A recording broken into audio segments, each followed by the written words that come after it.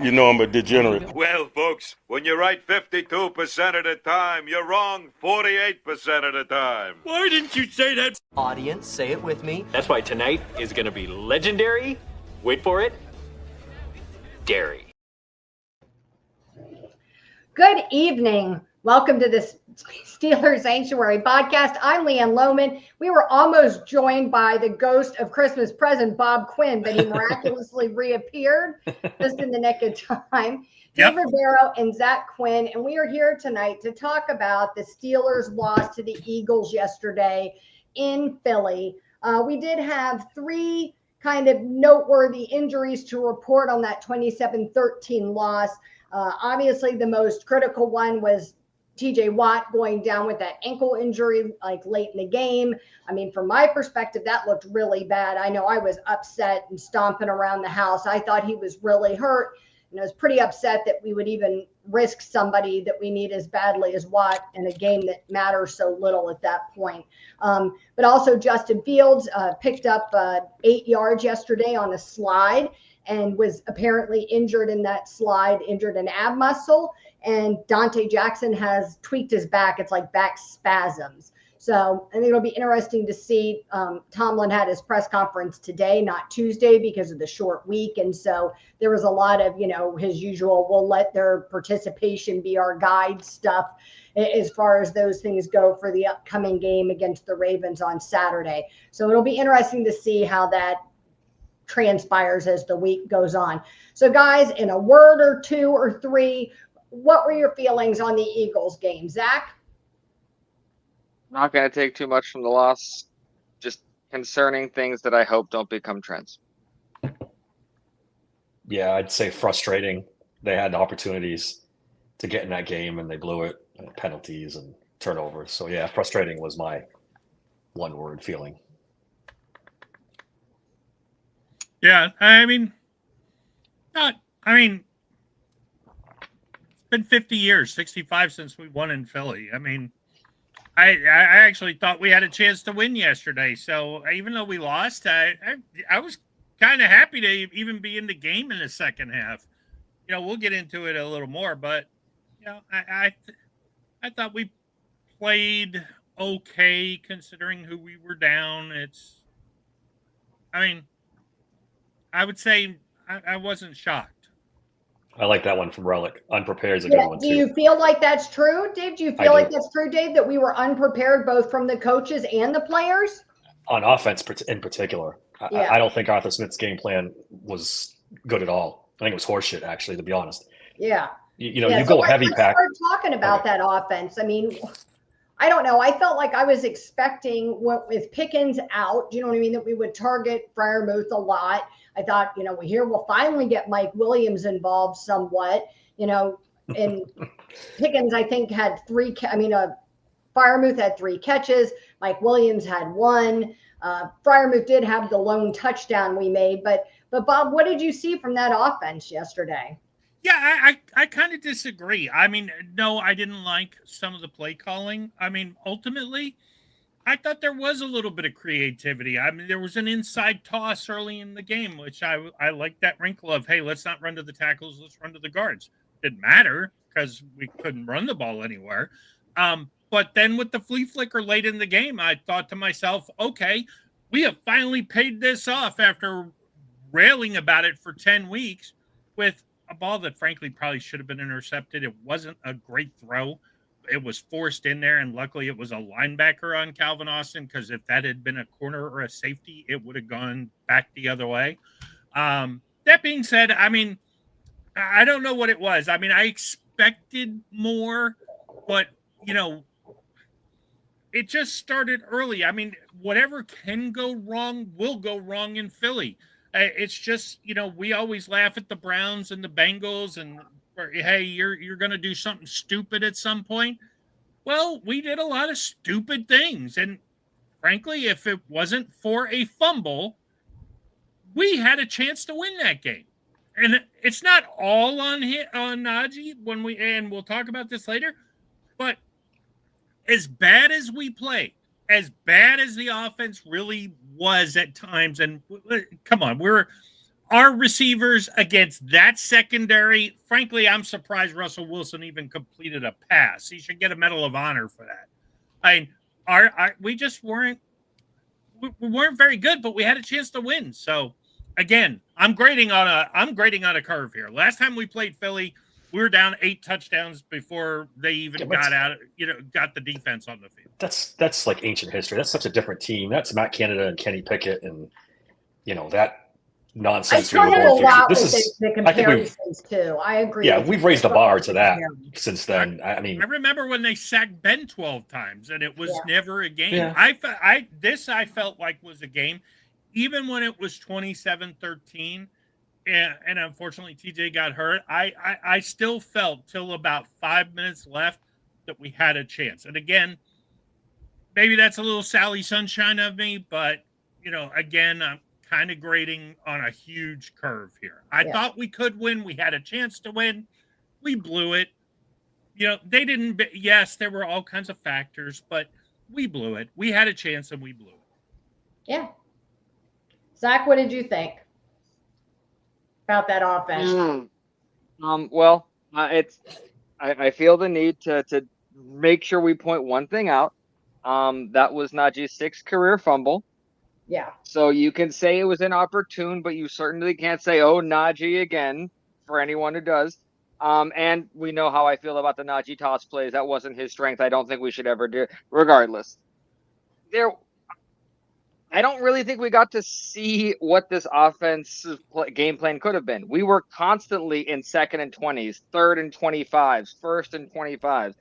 We were, I think, at one point our average 3rd down was 10.8 yards. I don't care what offense you have. You can have the best offense in NFL history. You're not going to get out of that. And so our offense, it's more luck than anything that we were close. But goodness gracious, the Eagles did exactly what they had to keep us off the field, which is I didn't think that was going to be their game plan. But it worked. Question. I hate to interrupt, but let me ask you a question. I know we were in some really bad, like you're bringing up, but what about when the Eagles had 2nd and 20? And we'll talk about the defense later. Yeah, they showed that they picked that up with no problem. Yeah, that's a talent. That's been a weakness of the Steelers all year. Yeah. Long second. So that one didn't surprise me. It's we know for a fact this offense can't function when they're playing from long 3rd downs, long 2nd downs. I think the offense was trying to do 3rd and short, and then they just couldn't ever get those 2nd downs. You know what I mean? So then you're constantly in this like shitty position, and what are you going to do? Yep. Yeah. And then we did get third and short, and we line up in these weirdly creative patterns. I'm like, no, we're in 3rd and short. You run Najee up the what? Yeah. I don't understand why he's playing chess with himself.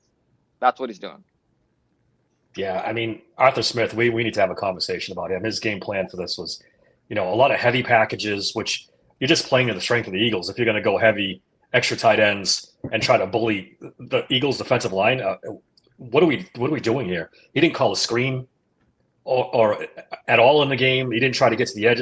His solution to getting to the edge is tosses to Najee, the slowest running back. Well, second slowest running back. If you're going to try to get to the edge, why isn't Jalen Warren in the game? This is a Jalen Warren game. Jalen Carter and all those defensive tackles they have, that's the strength of the team. You don't want to run up the middle. And what do we got? We got heavy packages, and we got runs up the middle or tosses to Najee.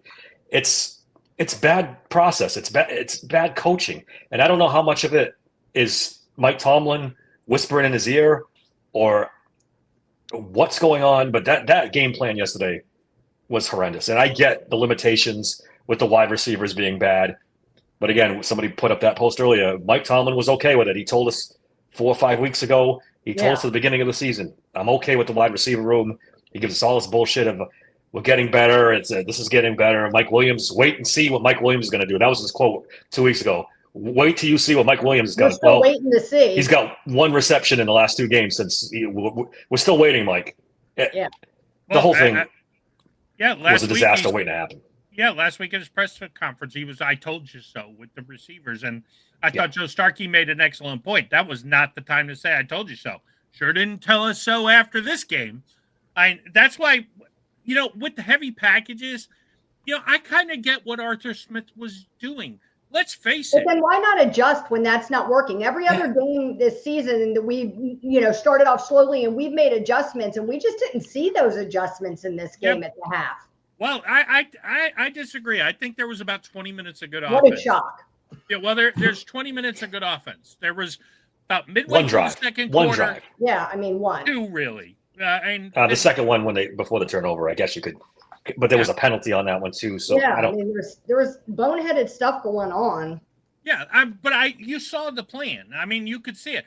Look, if It was a terrible plan, Bob. If You you're have to thinking admit. the adjustment was to throw Mike Williams and the Lollipop Kids out there, or the Lollipop Guild, I should say, and go 5 wide against Philly, I mean, that wasn't going to work either. I mean, You could spread them out and go 4 wide and try to open up some gaps or something. They didn't try anything. It was 2 tight ends. Best We're going to run the play ball. of the day went to Skoranek. It's all you need to know. Yeah, I mean, That's all you need brings to know. up that if Najee hadn't fumbled the football, if he doesn't fumble, and the Steelers had scored a touchdown on that possession, we timed the game 20-20. Who knows what happens from there? And you know what? Who knows if they hadn't turned the ball over twice, we would have gotten beat by another 14 points. You know what I mean? Yeah. Like, we can play the what if game forever. I hate the notion that we're going to put all of this right on Najee's back. This wasn't like the game ending drive where we were driving down to make the last minute score we needed. And totally the fumble was on him. He admitted his mistake. So I agree with all of that. But I don't think there's a lot of people that are putting like all the blame for the loss on that fumble. And I think that's a load of shit. It was one out of like a bunch of factors. Do you know what I mean? It was a big one, though. But I mean, so was a lot of other shit. So was Darnell Washington shoving the guy into the stands. I mean, there was a lot of really dumb shit that happened in that game. Yeah, Darnell Washington was not a dumb play. That was a completely legal block, and I've seen a lot of this on social media. I mean, when they're out of the back of the end zone, Bob. I mean, this is time. I mean, I get you're trying to make a point. But the bottom line is the reports from the referee crew were that the only problem Well, was we know that. pushed him out. No one's arguing the refs screwed up that call. No one's arguing that. Darius Slay, he got punched in the face for his trouble. That's not a penalty. I've not heard anybody say today. Well, actually, you're right. It wasn't a penalty on. It wasn't a penalty on Darnell Washington. You're right. It wasn't. Yeah. But like I was telling Zach before the podcast started, this team lives on the margins when they play good football teams. Yeah. Really good football. They can't have penalties. They can't have turnovers. They can't have any of it. They have to play a perfect game when they play a team like the Eagles or the Bills or maybe the Lions. This is what we are. There's tiers, and the Steelers are not in the top tier. They're in the second tier of teams in the playoffs. So if they have a bad penalty that takes them from first and goal at the 3 to first and goal in the 18, they're fucked because their offense can't overcome that. So we can argue all day of whose fault or whatever. They can't afford anything. Yeah, that's just the reality. That didn't, to me, that didn't cost us the game because you still got. I mean, yes, it backs you up. And it was a bullshit call. Just call it what it was. Philly, it should have been offsetting penalties. I've heard absolutely, Ross but good teams Tucker, overcome that. Yeah, I've heard Ross Tucker on the Dan Patrick show. Every expert I've listened today has said that should have been offsetting penalties. I don't know what they were thinking. But that being said, it's early in the game. You tied the game 3-3. Look, was it all on Najee? No, but we had momentum. We were going in. We tied that game. It was a big play. Yeah, we tied that game. Jalen Hurts, I promise you, his asshole puckers, and we don't. We have a real legitimate shot. 12 minutes to go. Jalen Hurts gripping. I'm okay with that because we picked our poison. We decided Saquon Barkley is not going to beat us. Jalen Hurts is going to beat us. Well, I would have liked to seen those last 12 minutes with him playing with the game tied versus a 2-touchdown lead. Did you see the quote from Russell Wilson in his press conference? He kind of threw Najee under the bus without throwing him under the bus. You know, he said, when you get a chance to tie the game, you have to tie the game. We have to play clean at that moment. We can't make mistakes. Right. He was I'm throwing subtle shots there. Then let's we talk have to about be the really offensive careful line. about Do you know what I that, mean? Like, because- I don't know. Oh, I just don't think it's fair to act like one player's like almost entirely responsible for the loss of the game. I wouldn't say that. No. Yeah, we're not saying that, but Leanne, you can't. Okay. It was a fumble. You can't disagree. The fumble was a huge play. You can't turn the ball over there. It's not the only reason we lost, but it It was a deflator. I mean, after that fumble, did anybody think we were going to win at that point? I didn't. No, I was like, that's the game. I see that's where I disagree. To me, our offense deserved that. That was simply karma because our defense said, listen, we know you guys need to get ahead early. You need to get ahead to win. Here's 2 turnovers from a team that doesn't turn the ball over. I don't care if it's early or not. 2 wasted turnovers in the beginning of the game where we could have been up 14-0 on the Eagles. That play never happens. And number 2, and I know a lot of people don't agree with the perception that I tend to take. I tend to take it a step deeper. Whenever you're Najee Harris and you know you're being misused on that field again, for how many times in your career they've been misused, you know you're not supposed to be running a toss play. You know you're not, and you run a toss play anyway. It's in your head. It was a bad play call to someone who doesn't excel in that area, and we're blaming the guy who, yeah, he had an inopportune fumble, but he was put in a situation he never should have been put in. Russell Wilson probably at that point should have said, there's no way we can do this. I have the ability to change a play call. I'm smarter than this. Let's not toss to Najee again. Actually, I think, Zach, I think there's that play, a lot of the toss. I think he called it. He killed the play and changed it at the line of scrimmage. That's even more concerning to me. Yeah, I think he killed it and changed the play. That's the one that Brady was talking about when he was like, kill, and he called something else. Arthur Russell Najee. There's a triangle of blame there that has to go around because I wouldn't all say, 3 should have known better. I'm definitely not blaming Najee for the loss. There was a million reasons why we lost that game. Was that a turning point in the game? Absolutely. I mean, there's no getting around that. But if I'm blaming somebody, if I'm divvying up the blame pie, I'm going Arthur Smith and Mike Tomlin. That's where I'm going because this game plan was horseshit. Vic Fangio outcoached them by a mile. He just completely, the defense dominated us at every phase. The leading rusher was 15 yards, 8 carries for 15 yards for Najee Harris. I don't know. They were lucky to be in the game. They were lucky to be at that point, only being down 7, driving. Yeah. And like I said, they play on the margins. If they make a mistake, they're not winning. Yeah. We just have to get used to that. If we're in the playoffs on the road this year, they got to be a perfect game. They got to throw a perfect game to win. Yeah. And get ahead early. Take advantage of those times we didn't do I mean, I guess the Chiefs. Well, at least we got ahead early thanks to our defense. So, but yet again, the thing. Look, if you look at the thing behind me, at the end of the day, we came into this saying that the best mental way to prep for this was to expect it to be a preseason game. So we lost a preseason game and clinched the playoff berth. So at the end of the day, there's a lot of positivity. It's just, I mean, and look, none of us hate Najee, but I mean, Zach, Leanne, you guys like Najee a lot more than we like Najee, but we can't be apologists when he fucks up. He fucked up. He fucked up. I don't want to argue with you anymore because nobody can have an opinion that differs from yours. But I'm not going to sit here. That's not fair, Leanne. When do you get off saying that? That's ridiculous. That's ridiculous. Guys. You do this. Let's calm down here. Let's keep going. Yeah. John says Smith is an upgrade from Canada, but he isn't innovative, and Tom wanted him. He said that's not saying anything. You agree with that?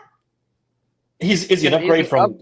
Yeah, sure, but I mean, an upgrade is an upgrade anybody? Like what my middle school that's a very low bar. That's a very low bar. That's the problem. He's a palate cleanser.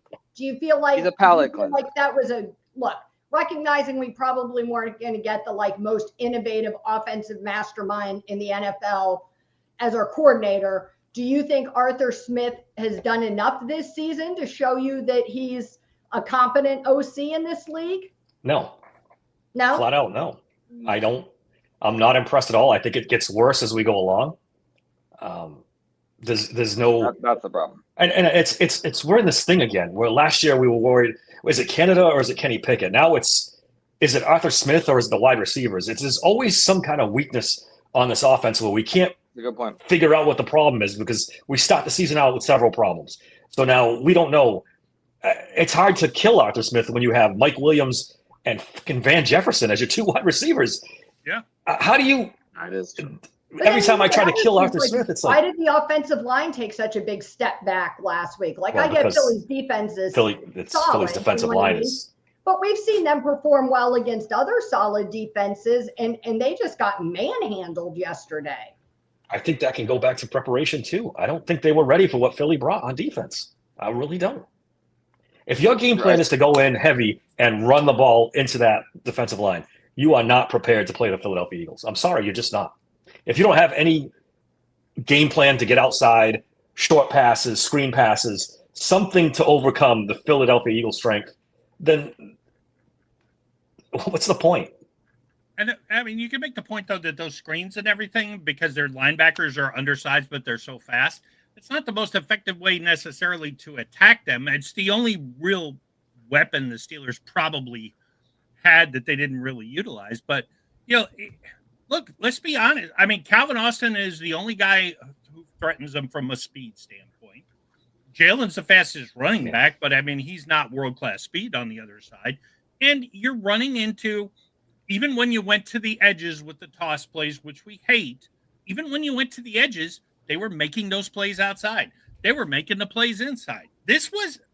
You can't take the offensive talent we were putting on the field because Pickens was hurt and the plan was bad. We just aren't good enough to go play straight up against that defense. You need trickery, you need luck, and you need some things to go right. None of which happened. Yeah, it goes back to my point. Which is it? Is it Arthur Smith or is it the personnel or is it both? I have a feeling it's both, to be honest. Yeah, I agree it's both. Because you look at the problems they had in Atlanta with two talented running backs. They have again in Pittsburgh with two talented running backs. We're still not running the ball. I don't know if his run designs are very good at this point. Let's face it, he made his bones with Derrick Henry, who makes anybody look good. So I'm not sure what we've got here. And Mike Tomlin's track record for hiring OCs is not very good. And I think this one's going to fall into another one where we're just looking back saying, yeah, Arthur Smith was a little better, but we're still crappy on offense like we always are. I'm hoping he's a palate cleanser. Smith needs a pass game coordinator. Do you all feel Possibly. like that would cure the problem? It couldn't hurt, but we know how the Steelers and their coaches. So we have one of the smallest staffs in the NFL. Yeah, we don't have David a lot Corb of did assistance and all that depth. He did a deep dive, and he looked at all the teams' coaching staffs and how many they had. The Steelers are one of the lowest by far. I think it was them and the Patriots last year. Because that comes Belichick up every year on that report that comes out at the end of the year. That's one of the things that always comes up is how few staff members we have. I wanted to go back to this from Relic real quick. He said, so many questions need to be answered. Why are the Eagles getting 90 yards upfield with a 10-minute drive? We'll talk about the defense in a second. But where the fuck was Mike Williams? And what are we doing punting when we're down by XX? So what do you guys think is going on with Mike Williams? Do you think this is like a Roman Wilson thing where like maybe Tomlin isn't very happy with him and he's pretending it's something else? Do you think that Williams, they thought he would be better than he was and he's not that good? Like I think we got mystified by the two things that brought he came here on a trade deadline deal, which got us all excited. Oh, a wide receiver. And then his first catch was a touchdown that won us a game. You take that one catch away, we're saying that Mike Williams has done nothing. There's no real expectation. Oh, we wasted a draft. But that really ramped up expectations for me. But he hasn't even really thrown him the ball to be able to say like, oh, this is Mike Williams' fault, right? So like, I mean, how do you blame the receiver when he's not even getting chances? I just think he's not getting open, guys. I think he's just not very good. I mean, he was, let's be honest, he was the last choice, the last resort. They went through, 3, 4, 5 guys that were going to trade for, and then they settled for Mike Williams because that was all that was left on the pile. And like a warm body at that point. Yeah. I mean, and we've been talking about this since freaking March when they traded Deontay Johnson. You need to replace him. It's great. He's a cancer in the clubhouse. He's a pain in the ass. He doesn't run, blah, blah, blah, blah, blah.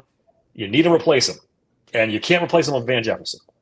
Yeah. And I know some of us are Omar Khan fans in this room. I am not. When your wide receivers are Allen Robinson, Van Jefferson, Scotty Miller, Mike Williams. That's failure in my book. That's failure. You have failed to fill a position that's important on this team, and you go on the road to play Philly, and your number one wide receiver's hurt, and you're screwed. Yeah. And we've seen this coming.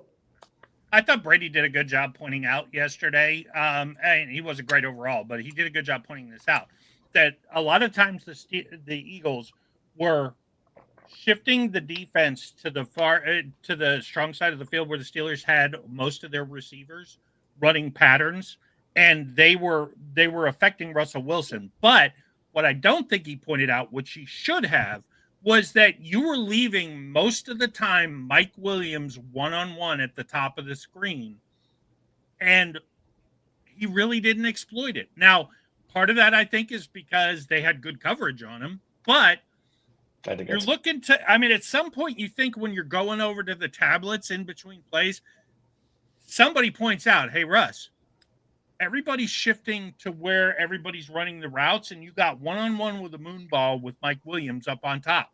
Just throw it to him. Just throw it. Even if it's just to stop them from moving across the middle of the field, throw it to him once and see what happens. I don't know if it's Russell Wilson doesn't have confidence, wasn't looking for the one-on-one to that side, because, you know, it could be valid that, hey, in practice, that guy can't catch a one-on-one ball against Joey Porter. I'm going to throw it to him against, you know, Darius Slay. No, I'm not going to do that. And they were playing Slay on Williams a lot. So I don't supposedly good at making the contested catches, so I expected to see them at least try it. Yeah, well, I mean, if you're going to run that contested catch, and it looked like it was there, if you're going to run that contested catch, I mean, it's usually a back shoulder throw. You don't need to beat the guy down the field. Right. It helps. But, I mean, let's face it, the last guy who beat the guy down the field and Russ tried to lead him was Calvin Austin, and he threw a flutter ball that, you know, he ended up getting caught. So I don't know what the answer is. I know these receivers aren't good enough. I mean, Pickens has made himself $150 million. I mean, whether it's with the Steelers or with somebody else, but he's the only option outside. No, it's really bad. Like, I feel like I've been banging this drum forever. You can't build a team like this. And someone brings up the point in the chat. Is this what Mike Tomlin is? How much is Tomlin responsible? Is this what he wants? Yeah. I mean, we talked about it, I think, last week. This is the way he wants to win. Run the ball, occasionally throw it, have a veteran quarterback who can make one or two big plays a game, and I'll control the game with my defense. Well, you can't beat the Eagles that way.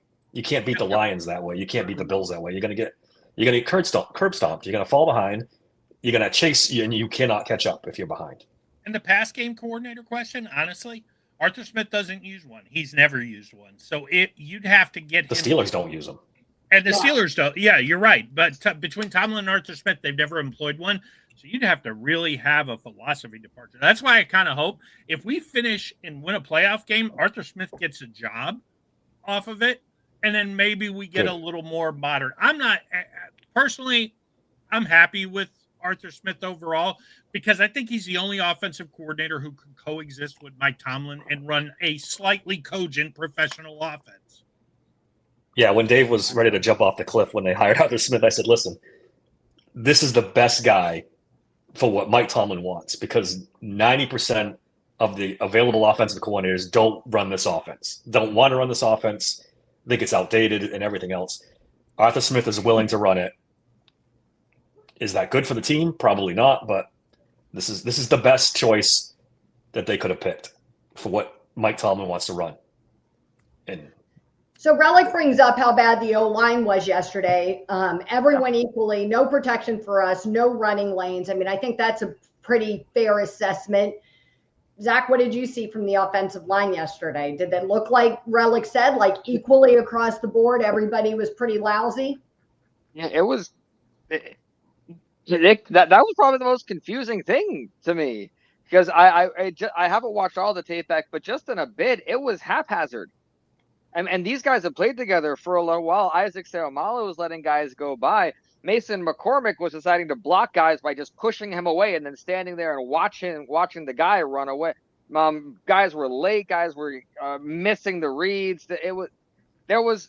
And I'm not saying toss plays should work. I'm not saying that, but I think on 3 of the toss plays, there was wide open areas, and 2 offensive linemen just switched up who they were supposed to get, and neither guy got either guy, and it just collapsed in. And it was just constant miscommunication from the line.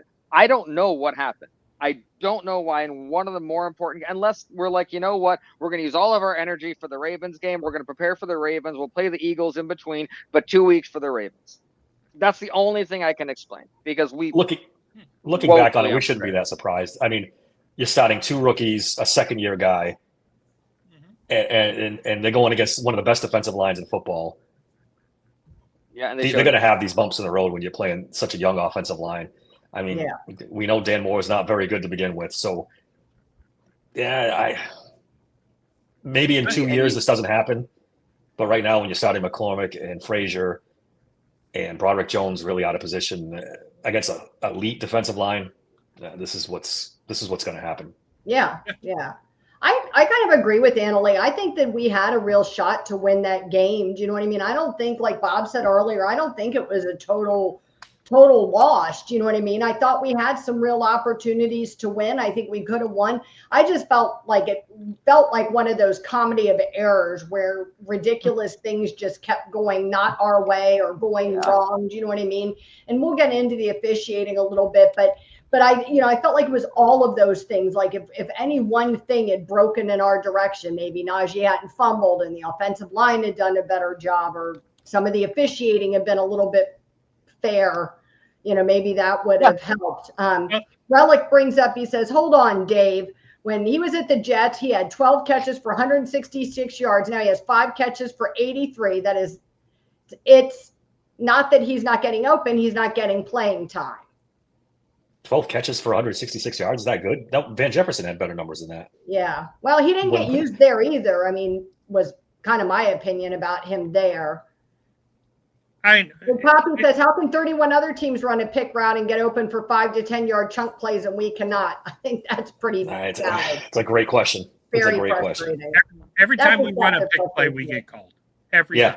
That's coaching. And they never do. It's coaching. They're not doing it right.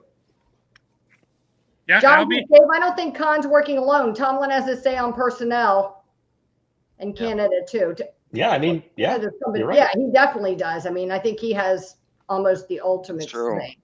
That's true, John. I think we've talked about it before that maybe Khan has to walk a certain line where he's like, okay, well, I'm only allowed this much freedom because Tomlin has this, so I'll work with a little bit, and there's only so much he can do with the little bit he gets. So I don't know how much is on Khan and how much is on Tomlin for not giving up control, but I don't want to assume either way, but it's very possible it could be that way.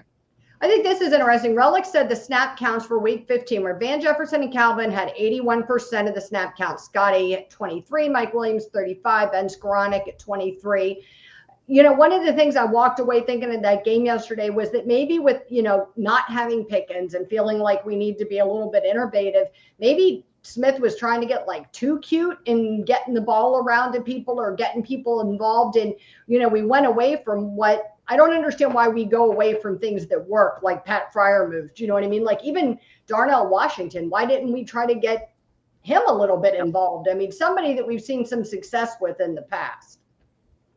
Yeah, the whole offensive game plan was a mystery and not very good, in my opinion. And the only time I've seen that Arthur Smith has consistent success is when he has rhythm helping him do it. He can't cold start the car.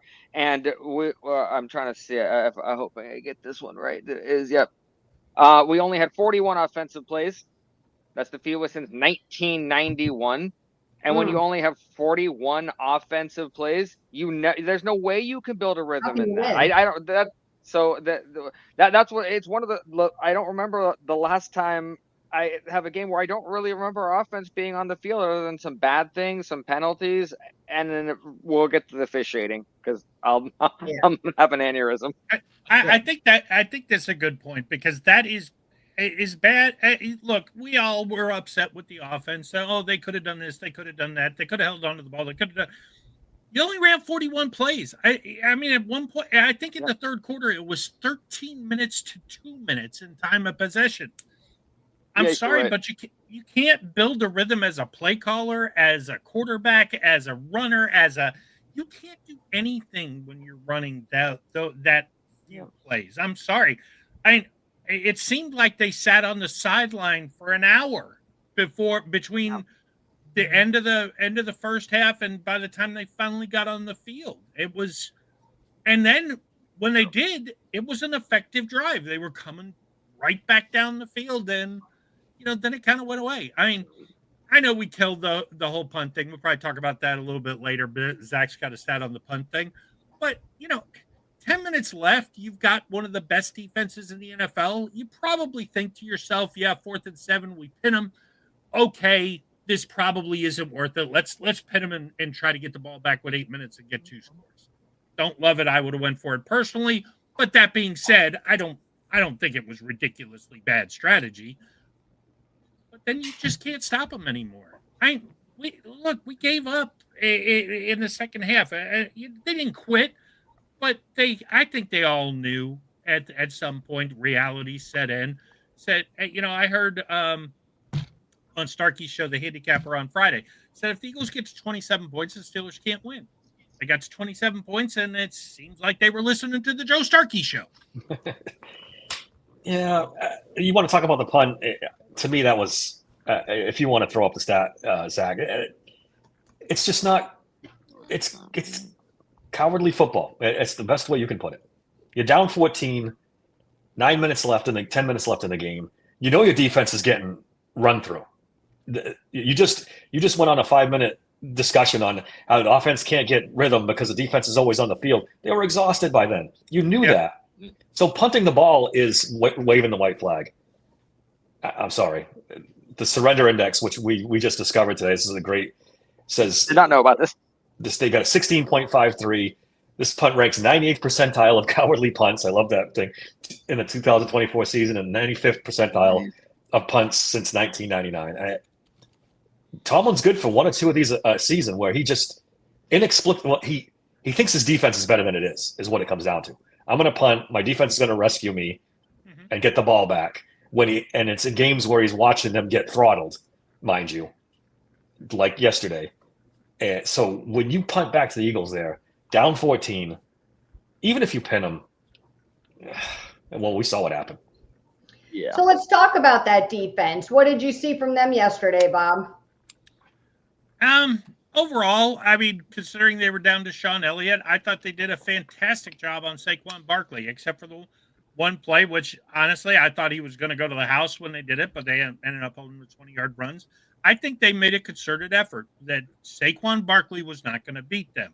And unlike when they played the Giants, the last time they played Saquon Barkley, the quarterback was not one Daniel Jones. It was one Jalen Hurts. They dared him to beat him, and he did. It was Hurts' best game by far of the season, which, doesn't bode exactly well for us going forward. But at the same time, once Dante Jackson went down and Pierre was in there, you can't cover A.J. Brown one-on-one. I'm sorry, it's not just our secondary, but if Jalen Hurts is actually going to throw the ball to A.J. Brown, good luck finding 5 corners in the league who can cover him one-on-one. Again, it sounds like I'm being an apologist for him, but there were a couple of key plays where maybe Joey plays tighter on that when they pinned him and they had that 3rd and 7 when they punted, and maybe they don't pick up that first down. But once he picked up the first down and they got off the goal line, then it was like, I hope they're going to punt at some point. But no, I don't think they were running so much wide open as they were, hey, we're playing the zone. We're trying not to let A.J. Brown hit a big play on us, which for the most part he didn't. His catches were timely, but they weren't 50-yard bombs like when we played him a couple of years ago. The defense overall, I thought we got good pressure initially, and then it just kind of sagged. We wore out. We are not as good as the Philadelphia Eagles, and it showed. I count it as a win for one reason alone, and we talked about this before, that TJ's Achilles is okay, because I was 100% sure we had just lost TJ Watt for the season. The way he looked and And the moment he was confirmed that he was okay, I instantly I remember I turned to my parents and I'm like, okay, that game's a wash. So because that honestly, if you our offense pretty much, if they were in a meeting with the defense and the defense was like, what do you guys need to win? The offense would be like, we're gonna need a couple turnovers and we're gonna need you guys to stop Saquon. They're like, fine, we gave you those, you didn't do it. So the defense did everything they asked you, and it must have been disheartening for guys who had seen certain progress throughout the season compared to the Matt Kennedy years. All of a sudden, see regression where they're exhausted on the field again, and they're seeing the offense waste opportunities they give them. That has to be disheartening as a defense. So even if you're pro athletes or whatever, that has to take some of your soul away. Zach, since you said that, I would brought this up. I was going to save it for later. Relic mentioned that he thought we should have pulled the starters at the halftime. Couldn't believe Watt was still in there at the end of the third. What would you have thought if they pulled the starters at halftime? Would any of you been okay with that? I would have had a stroke. I would have said Mike Tomlin's someone kidnapped Mike Tomlin, because he's never doing that. He would never do that. Never. But would you have been okay with it if you saw he pulled everybody at the half and we had the entire primary or second string in there? Other than our wide receivers, they're all second string. But maybe that last drive after they got past midfield and it was clear that the game was over, but not at the half. That's quitting. I'm definitely not one who would have wanted him to pull him, but I'll tell you what, when I thought Watt was really hurt, I was angry that he was playing and that there was even the potential, and what the fuck were we doing? And so I definitely had a moment. Yeah, David has got a good point. It's 17-13 at the half. We come out, and even though they held the ball for basically 8 minutes, we only gave up a field goal. It was 2013. It's a one-score game. And then even when we go back down the field, there's 5 minutes left in the game when we give them the ball back on the fumble. So, or 5 minutes in the third quarter. So, yeah, I could see you got to get the guys out there and try to stop them and get the ball back. It's still a one-score game. They marched now after they marched down the field, made it 27-13. Yeah, I think you could make an argument that, especially when you agree with it or not, you put that ball back with 10 minutes to go. Once they got the first down, you go all out till that first down. Once they got the first down, writing's on the wall. Okay, maybe now. Okay, TJ, come here. Let's let Herbig chase him around for a little while. Now, I'm just. Do you sit him? Is there any reason to sit TJ? I've heard people say, maybe hold off. Sit TJ again, and if I'm TJ, unless they actually handcuff me to the ground, I'm playing against the Ravens for the. What was weird was I thought there was some plays yesterday. I assume that from some of the things Tomlin has said that they're doing some snap count management stuff for some of these veteran guys to preserve them for the playoffs. So you're not playing them, but you're being judicious in their usage, especially with the edge guys when you've got such a deep room. But there was plays yesterday where, I would have thought you would have had TJ and Alex in there, and then they weren't. And then the Eagles were able to convert and pick up first downs. And I just couldn't understand it. There was a couple second and longs, do you know what I mean? And then neither one of them were in there. And you're like, what are you doing? Why? I've noticed that in some other games too. His timing on taking TJ out stood out to me yesterday. I'm sure it's happened other times, but it really stood out to me yesterday. Maybe just because the game was, it would have been different maybe if we'd been like the Bengals game where we were scoring at will or whatever, but when you're really needing the defense to stop this team, and then you don't even have your best guys in there. Yeah, and see here, Carter Benson says, pulling TJ and Highsmith out on that third down was BS. No wonder why that third down turned out so unsuccessful to them. I think it happened more than once. So yeah, I did. Yeah, like I said, his timing on that sometimes is. Oh, I'm being called. Why am I being called out? Why is Relic calling me out? Well, Relic says I just saw my name for the Ravens game, unless it's have percentage that doesn't read numbers in Arabic math. Sure, he won't get injured again. You can never be sure. Man could get injured walking from his car to the stadium. And that's a little bit of moving the goalpost and speaking from already knowing the fact that he got hurt. Because before that, TJ was a monster. Exactly what I One thought of was his going to best happen. games They were of the like, season. they were like one on. It's because they got arrogant. 1-on-1 on TJ. He can happen. Yep, And we talked then about it. TJ, yeah. And so I don't like the idea of sitting TJ, and TJ doesn't like the idea of sitting TJ. So I think he we're locked all up in agreement. Defensive Player of the Year yesterday. Honestly, with the 2 sacks and stuff, he's pretty much got it now. That was one of the most beautiful punch fumbles I have seen since Peanut Tillman. It was one of his best games of the season, hand down. And I thought, they can talk about, I forget the guy's name from the Eagles that he was playing against. I only Lane Johnson. Yeah, there you go. And how he was so excited at how well he played him. And look, I'm not taking anything away from the kid, right? But you're also got TJ in a chokehold the entire game. You know what I mean? And I don't know, like if we're going to keep, I guess we can get into the officiating a little bit, but this has been going on all season against Highsmith, against Watt. Yeah. I know what happens across the league. I know Terrell Austin says if you're a good edge rusher, you're going to get held. But, we saw what happened yesterday when they're holding people like that. You have the very real chance that somebody's going to get hurt. And we can't just protect the offensive players. How much do you feel like the officiating had a role to play in the outcome of yesterday's game? I hate to sound like a broken record, but the officiating had a role in this because the Steelers can't afford to take bad calls like that. I mean, the punt, when they said it was post-possession, was nonsense. That was a break the Steelers needed, and they didn't get it. And again, like you said earlier, to say the Steelers were the only ones to throw a punch, to say that out loud is borderline fireable. If you didn't see that, or that referee that was standing right there dodging punches didn't see the Eagles guy punching, I don't know what to tell you. Now, is it the only reason they lost? No, but again, they cannot afford not to get those breaks when they play a team like Philly. They just can't. Yeah. It made me mad today to see all those things like, the Steelers are going to be getting apology letters from the NFL. Like, fuck you and your apology letter. Yeah. Like, what good does that do? Nothing. Yeah, but there were the ridiculousness of the unsportsmanlike was. I mean, I don't understand it, and I need somebody from the NFL to explain to me why it's okay to slap Connor Hayward in the head and not get thrown out of the game.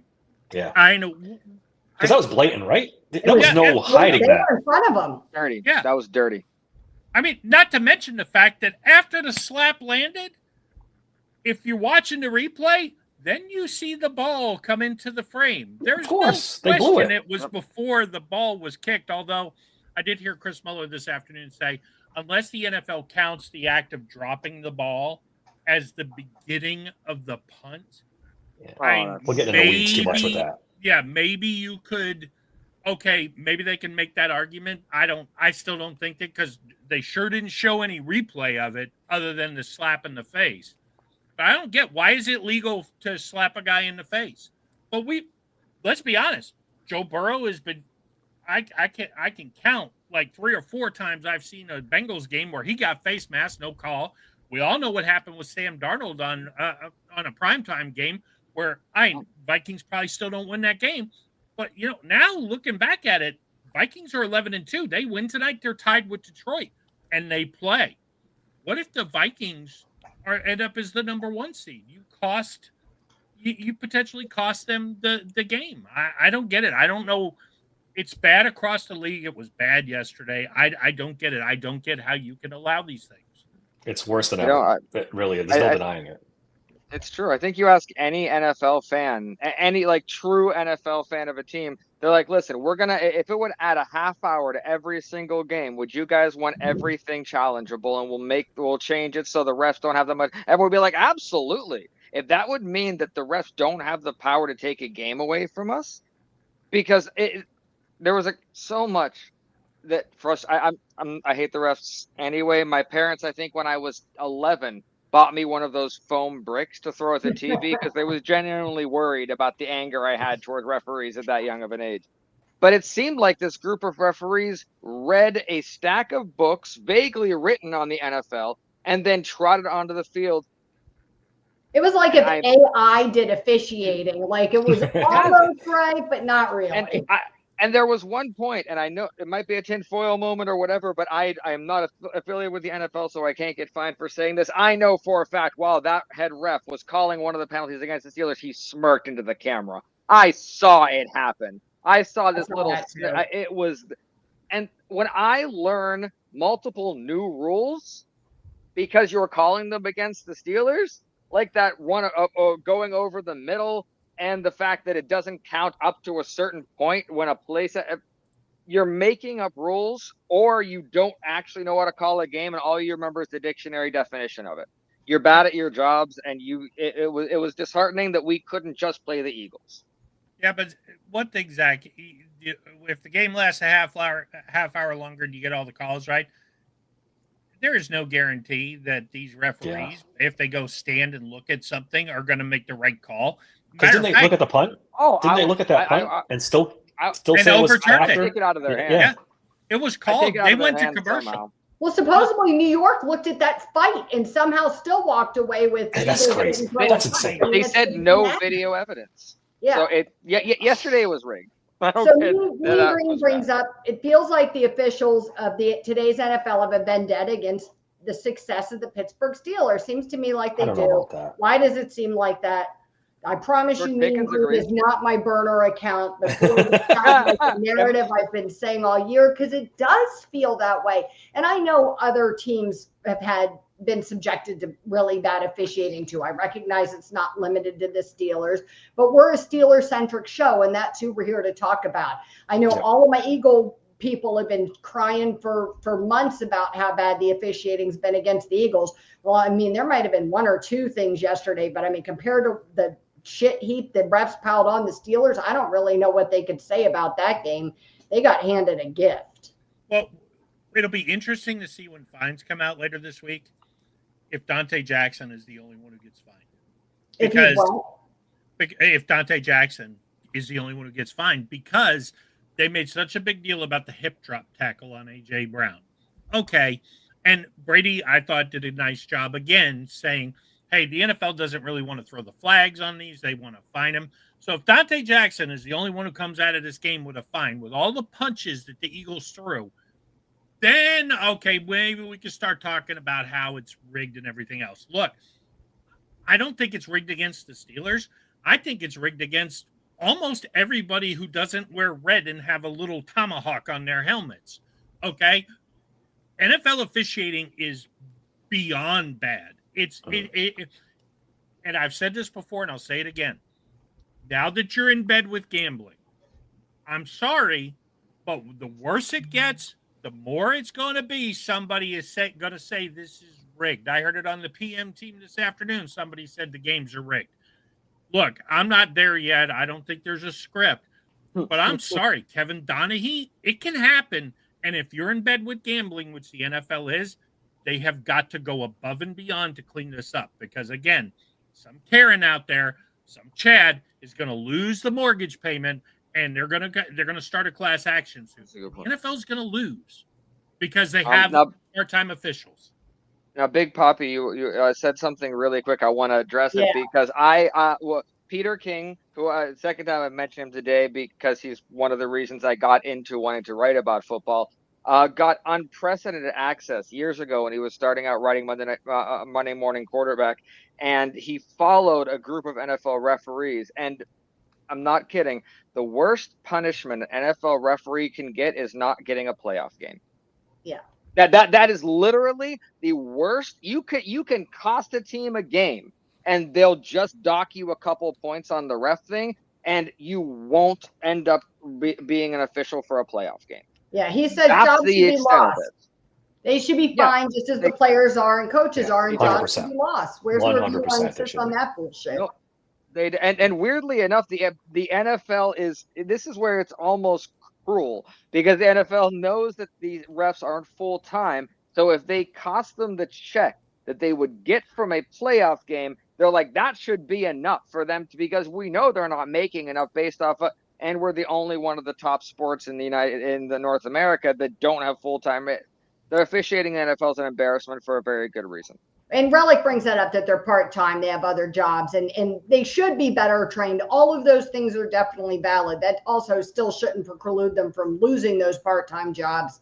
Because I always bring up my example about working at McDonald's. If you burnt the fries every day, you would be getting retrained, you would getting moved off the fry station. I mean, something would happen, but we don't even take NFL football, as seriously with the referees. John says he watched a 1990s Pittsburgh sports show on YouTube, and the whole show was about how bad the refs were. They were ruining. The more things change, Yeah. the more they stay the Nice to same. know that nothing has changed in my entire life.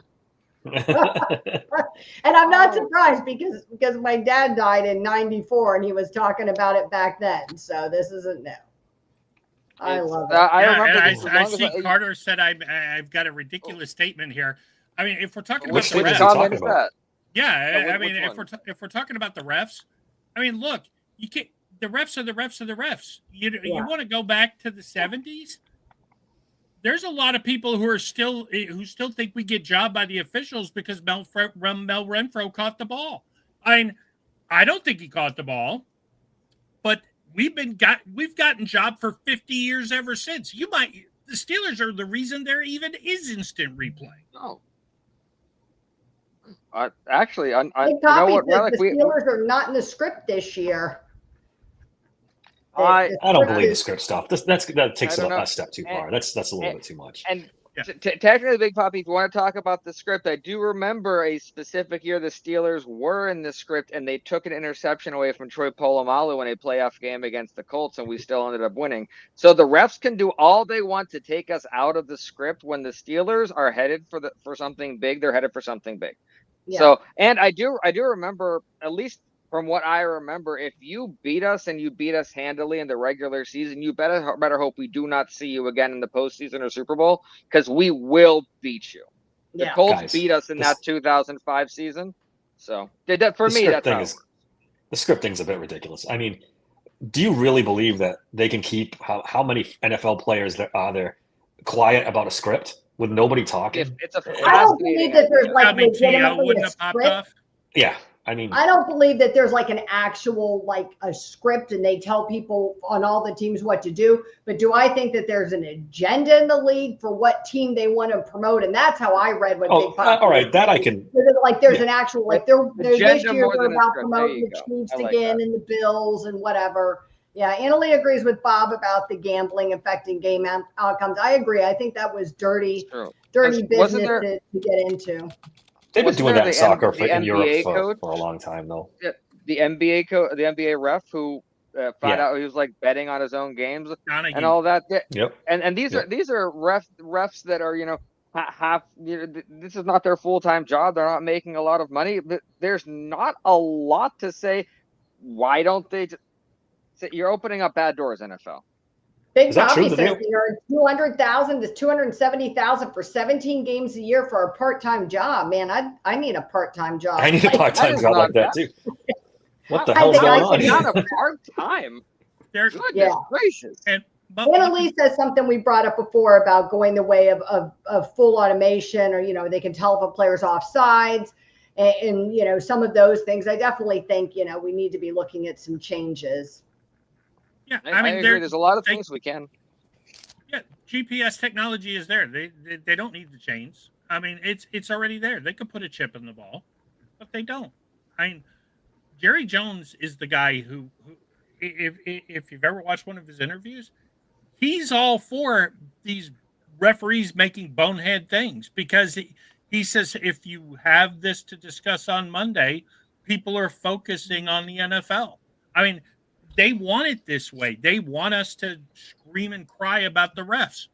And there's a lot of reason to scream and cry about the refs. But as long as we're all talking about that, we're not talking about player safety. We're not talking about, hey, why are these calls all going one way? As long as we're crying about our team's refs, we're not looking at the big picture. It's devious, but it's probably true. I mean, it is. It's why they don't care about any of the other stuff. It's why they don't care about guys who beat up their girlfriends or wives and they let them play, because the reality is you can have a few people that scream and yell. I was just saying this the other day. Where's all those idiots that were boycotting the NFL a few years ago, right? Like, do you know what I mean? It doesn't make a dent. It's the same as like the people that are going to boycott Disney or whatever. Like, I appreciate, your stance. I have some places I personally don't support, but I recognize that my not supporting probably isn't even recognized by this giant, monolith of an industry like the football or whatever, Walmart or somebody. Like, they don't care about Leanne. So you know what I mean?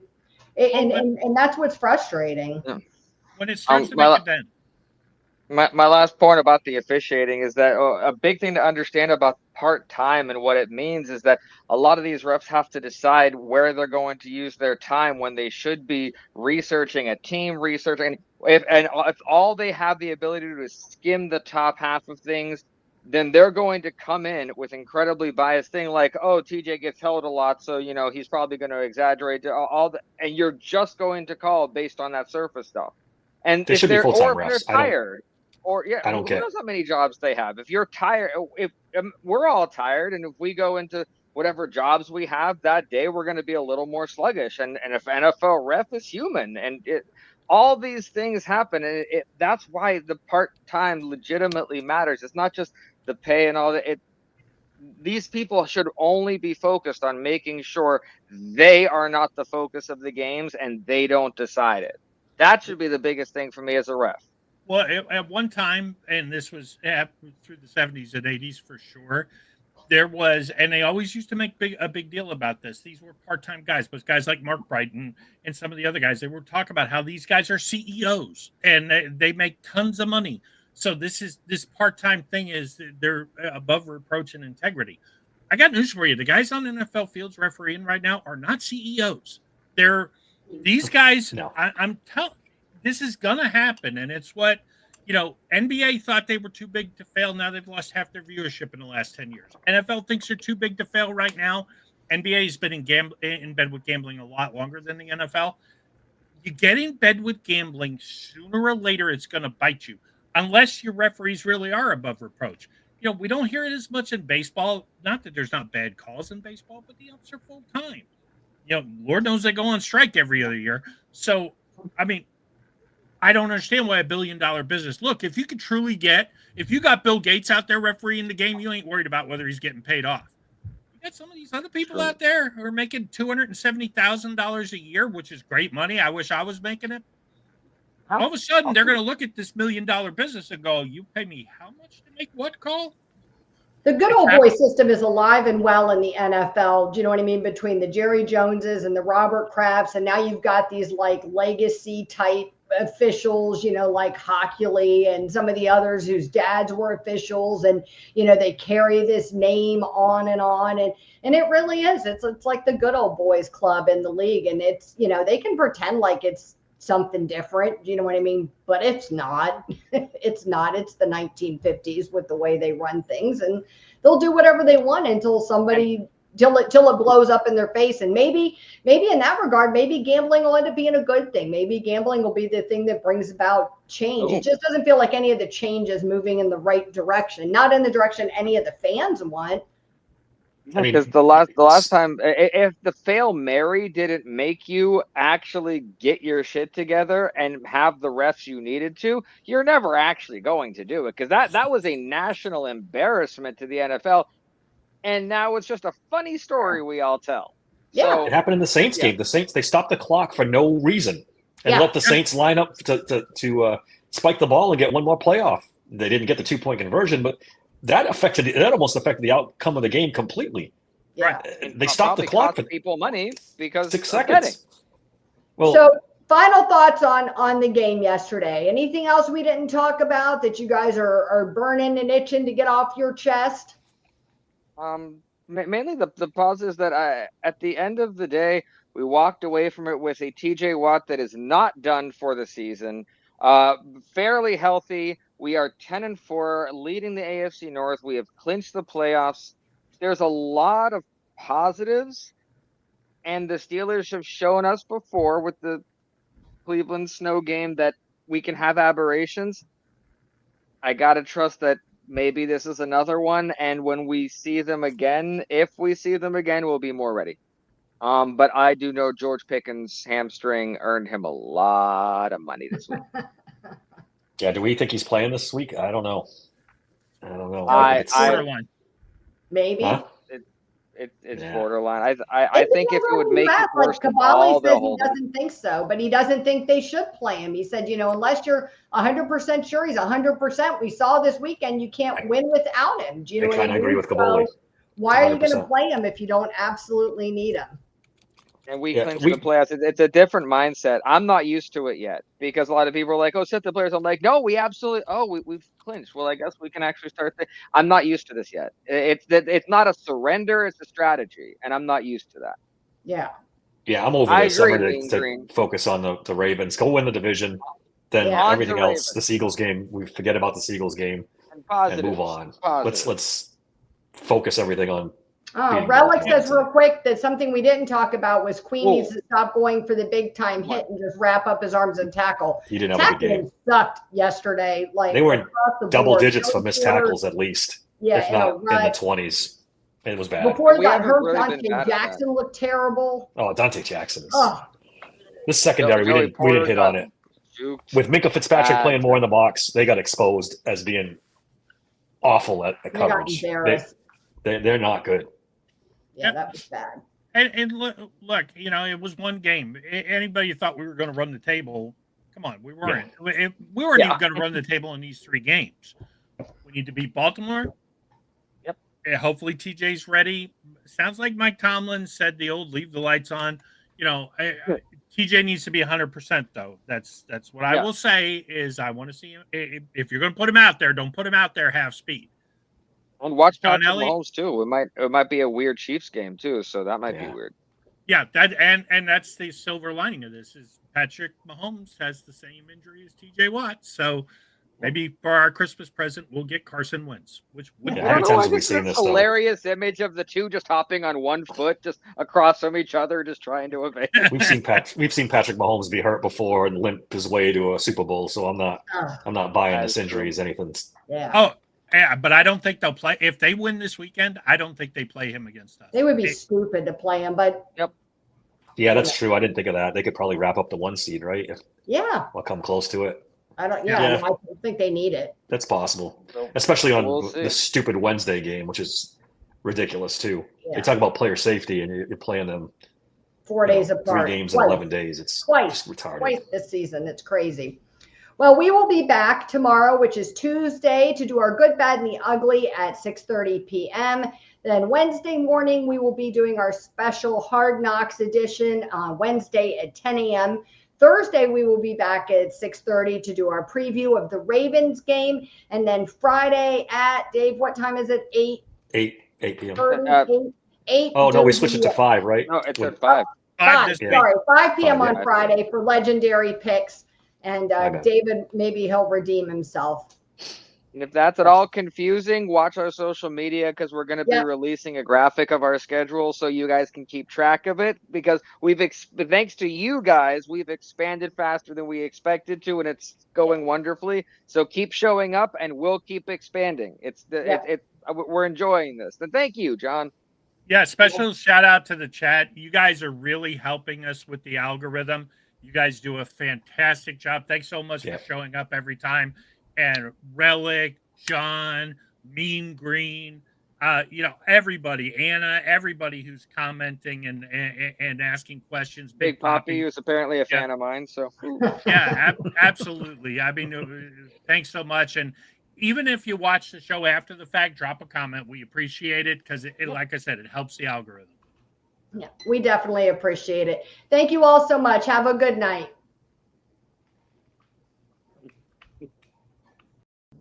Dave, this conversation can serve no purpose anymore. Goodbye. You're still here? It's over. Go home.